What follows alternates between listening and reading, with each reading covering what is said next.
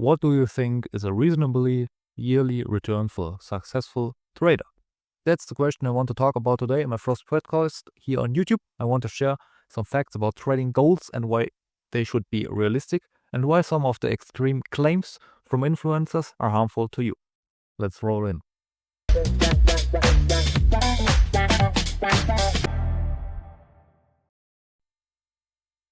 Welcome to my podcast.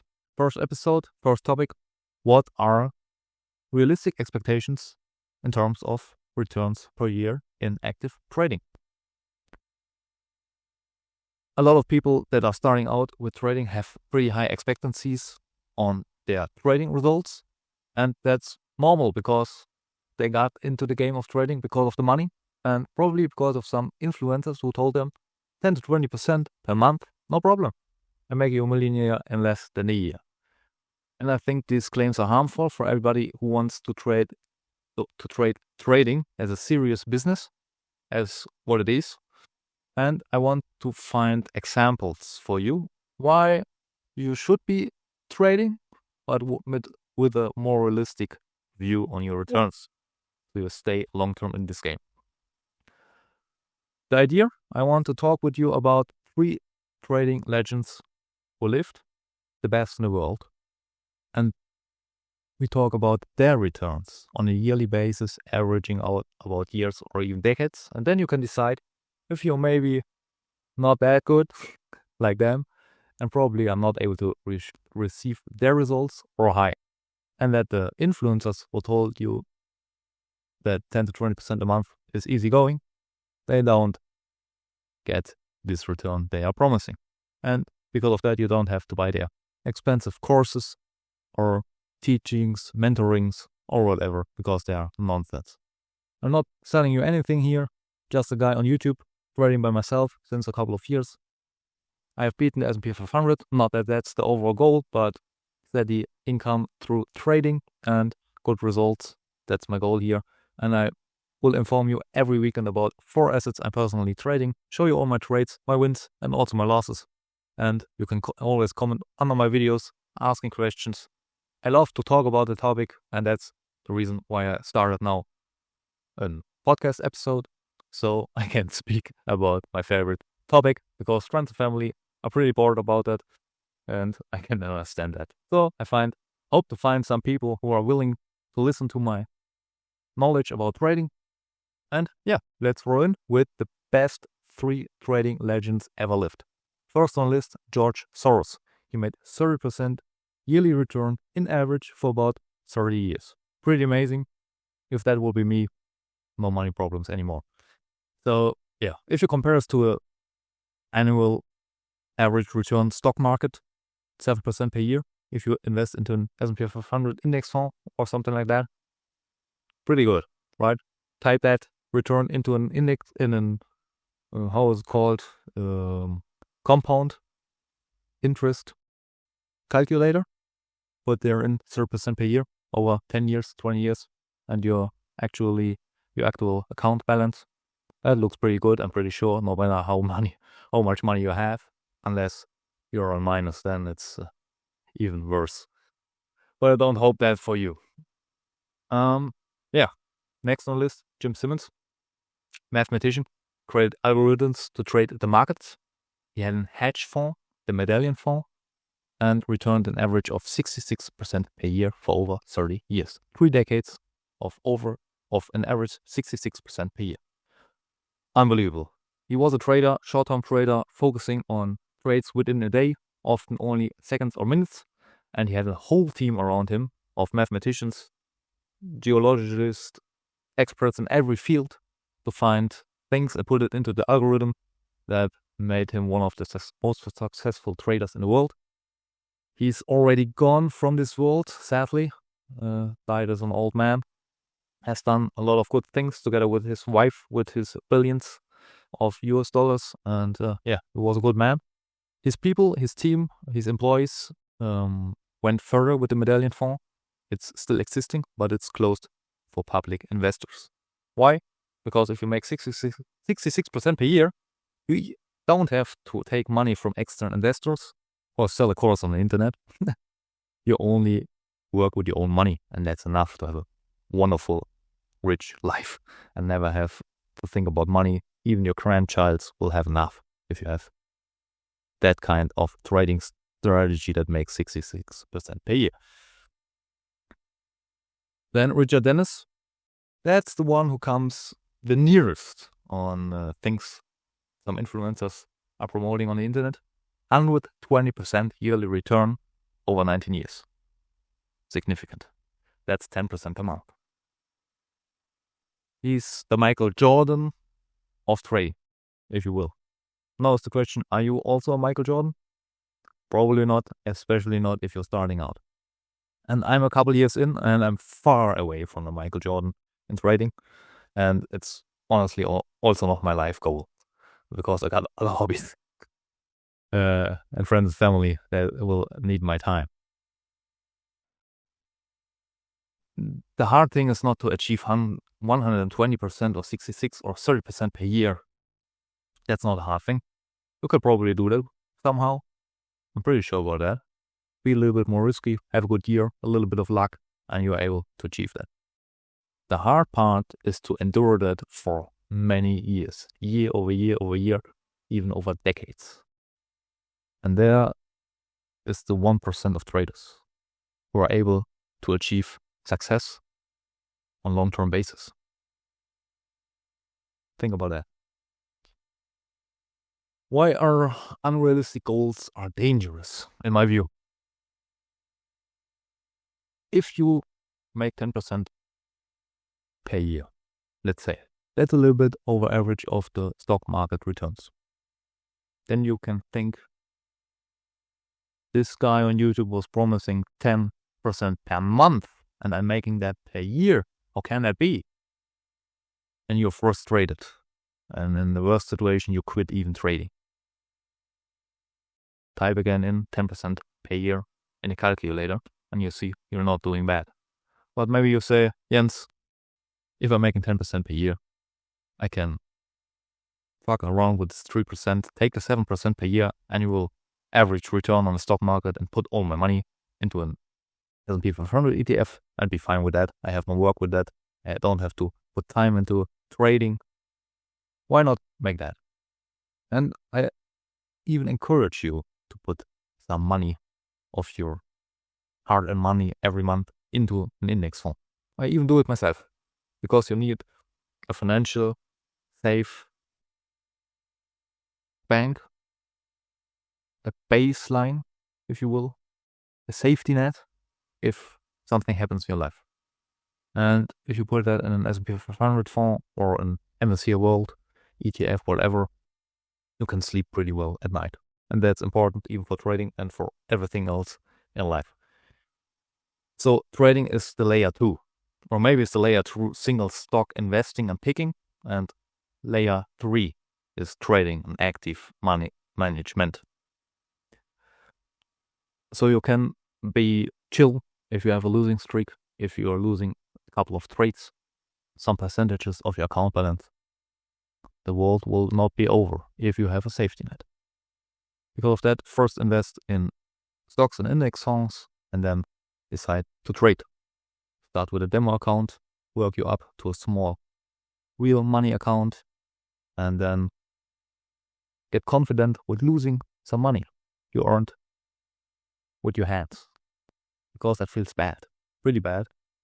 And if you're starting out with a huge account and lose 1% of that, maybe it's $100,000 you have in a bank account, and you decide to risk 1% per trade, you will lose $1,000 in a blink of an eye, and 1 to 2 trading days, maybe a week.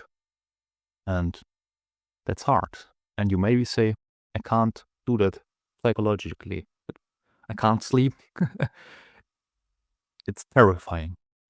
And of course, it's terrifying if you're starting out with such huge numbers. Sure, for everybody, these numbers are different. Some of you say $1,000, no problem, don't care. Other people say $1,000. What a massive number. What can I buy with that amount of money? Great. So yeah, you have to find the right amount of money for yourself with what you are feeling confident. And then you can try to make 10 to 20% per year. That's at least my goal. I want to make at least 10%. Everything additional above is fine. I'm happy with that. So yeah, the question was, why not put everything in the stock market in index fund? Because you can have their drawdowns huger than 20-30% in a year. You can't have that with trading, at least if you do it right, have the right strategy, and especially right risk management. I'm risking personally 0.5 to maximum 3% per trade. And with that kind of risk management, it's pretty hard to lose 20 to 30% in my overall account balance. Then I'm an idiot and probably doing something wrong. And I should change my strategy or my behavior or whatever, or quit trading even. So if you have, for example, 5 losing trades in a row, that feels bad. But if you only risking 2% per trade, you have lost 10%. And a 5 times losing streak in a swing trading style, that's a lot. So yeah, you don't risk that much. So maybe the stock market rises 20-25% in a year and you make only 10, but if it drops 20 to 30%, you don't drop with it 20 to 30%. Indeed, you're completely out of the market direction. Do you know what I mean? You're generating alpha. Alpha means you make a return no matter which direction the market moves. You can stay out of the market if it falls. You can be in the market if it rises. And if the market is falling and everybody loses money, you can appreciate that. You can bet on falling prices with short positions. If you have your stop loss correctly set, at least. And yeah, so you can make money in every condition. Or stay out of the market and don't lose money. That's sometimes enough to beat the market in a year. So that's the advantage. Less volatile, less drawdowns, consistent profits. You can calculate with every year. Sometimes it's more, sometimes it's less. But it's a good diversification on everything that happens in the world. That's not your problem. You're holding on technical indicators, analysis, volume, whatever you trade. There are a couple of ways of trading and conquering the markets. Then the question I got a lot from some friends that know what I'm doing in my free time and with my money. They ask sometimes, okay, I want to start with trading. And then I ask them, what's your goal? And sometimes the answer comes, I want to make $5,000 in a year, additionally to my salary. Cool. With how much money do you want to start trading? And they maybe say $5,000. And then I have to breathe heavily because I have to tell them or explain them the world. Because if you have $5,000 on your hands and you want to make $5,000 in a year, that means you have to double your account. You have to make 100% profit. And you can achieve that, but it's really high risk. And that's not a serious business plan I'm expecting if I enter a business. Trading is a numbers game, like a lot of businesses. If you have a lot of money, you can make a lot of money. If you have no money, it's hard to make money. Or more risky. Let's say my friend who asked me this question would work and save money together, maybe in an ETF, S&P 500, and wait till he has $100,000. Then he only needs to make 5% per year to achieve the same $5,000 he asked me in the beginning for.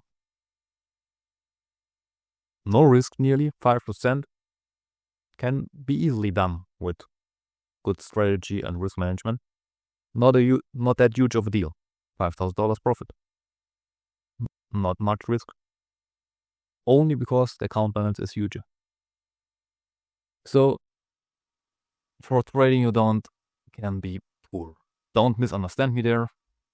You can make it with smaller numbers, with bigger numbers. It works every time, but your expectancy has to change if you start with a small account. I mean, $500 profit if you are a beginner in a year, it's fine, or $500 to $500.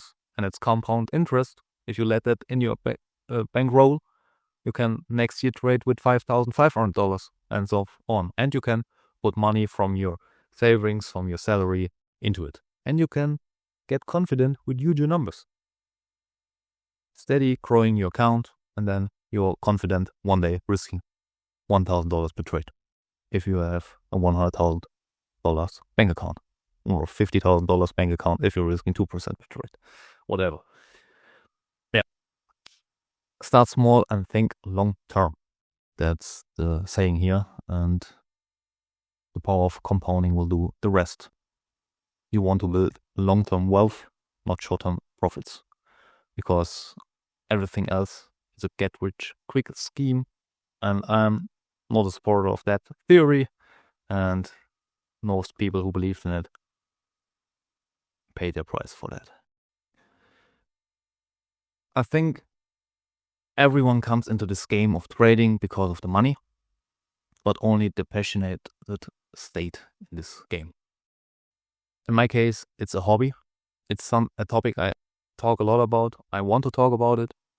I love it. I love to look at the charts, analyze them, make ideas, take trades, prove that I'm right, or sometimes that I'm wrong, and have the statistical edge in my favor, like a casino is doing it. And you have to trust in this process. So trading is not for everyone, but for the ones that are able to do it and like it actually doing. That's a nice way to achieve some wealth or grow it. Yeah, so get passionate or quit it. It's on yours. I hope you liked my first episode, my first podcast here on YouTube. I think a couple ones I will following. If you have any ideas, any topics you want to discuss or get discussed, write them down in the comments. Otherwise, I will find one by myself. Have a good one. Bye-bye.